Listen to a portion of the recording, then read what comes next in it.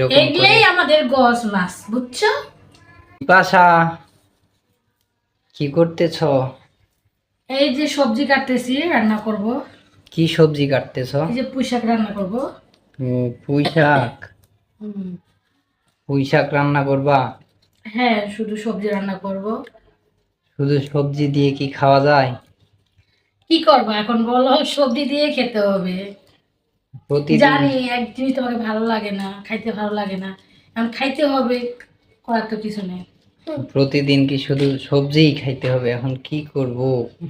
হ্যাঁ, সবজি খেতে হবে পাগলা, যখন হবে তখন নিয়ে আসবা। এখন আমি না বুঝলে বুঝবে কেন বলো? এই জন্য সবজি শুধু খালি খাইতে হবে না? হুম। যখন তোমার কামাই হবে তখন মাছ মাংস নিয়ে আসি। আমার এটাই কোনো তো কষ্ট কথা। হয় না রে পাগলা, আমার কোনো কষ্ট হয় না। না, তুমি আবেগটা নিয়ে কথা বলো। জানি তোমার সবজি খেতে অনেক কষ্ট হয় না। না, কষ্ট হবে কেন? ভালোবাসার মানুষ আমার একটা যদি লবণ আনি দেয়, আমি সেদে ভাত খেতে পারবো। আমার কোনো কষ্ট হয় না। হ্যাঁ, আমি বুঝি, তুমি মুখ ফুটে বলো না, আমি তো না, বুঝি। কোনো কষ্ট কিন্তু হয় না।